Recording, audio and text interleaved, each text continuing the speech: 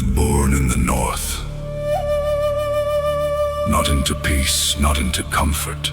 I was born into a world of iron blood, frozen seas, and men who taught their sons that weakness would bury them faster than any blade.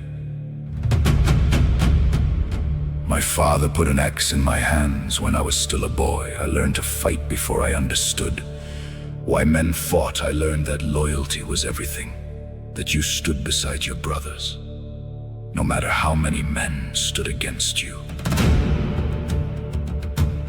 And when I became a man, I raided beside them. We crossed the sea believing there was no shore we couldn't take. Then we sailed farther east than we had ever gone before. That's where I met the samurai. We laughed when we first saw them. Their armor was strange, their swords were thin and curved.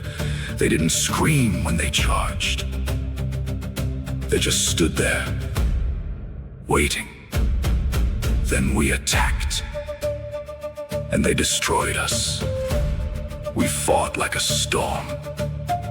They fought like one man.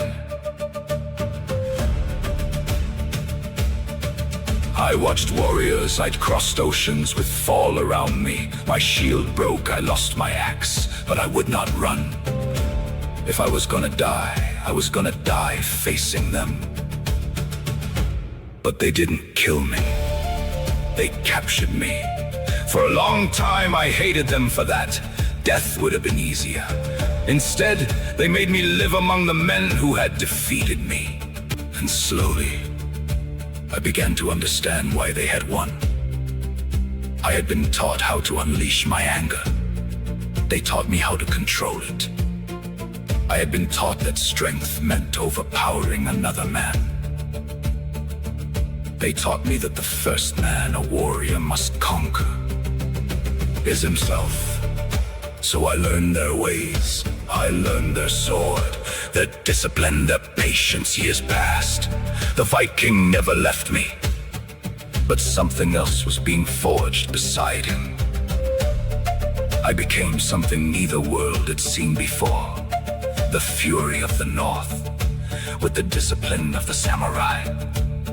And I became deadly, too disciplined to fight like a Viking, too unpredictable to fight like a samurai. Eventually, the men who had once chained me began calling me brother. I served their lords, I fought their battles, I carried their honor as though it had always been mine.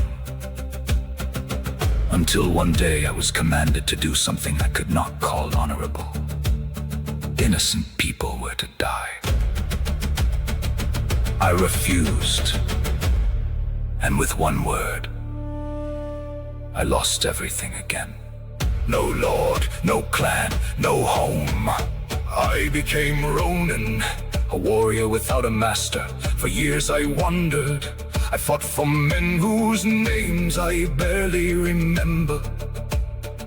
I won battles that meant nothing. People feared me. Men respected me. And inside, I was empty. Then I met followers of Jesus Christ.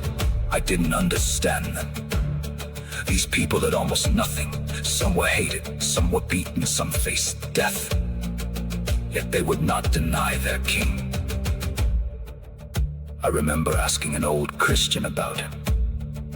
I said, "Your king was nailed to a cross. What kind of king allows his enemies to do that?" The old man looked at me and said, "The kind who could have stopped them." I couldn't forget those words.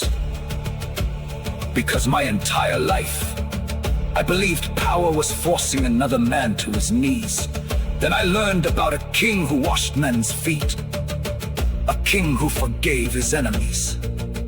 A king who could have called down heaven, but chose the nails. I heard how they beat him, how they mocked him, how they placed thorns upon his head, how he looked at the men killing him and asked his father to forgive them.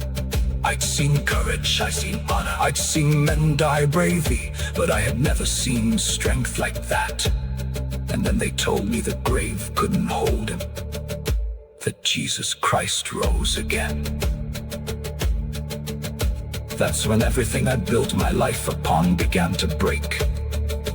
Because I finally realized I had spent my whole life trying to conquer the world, and I couldn't even conquer the darkness inside myself.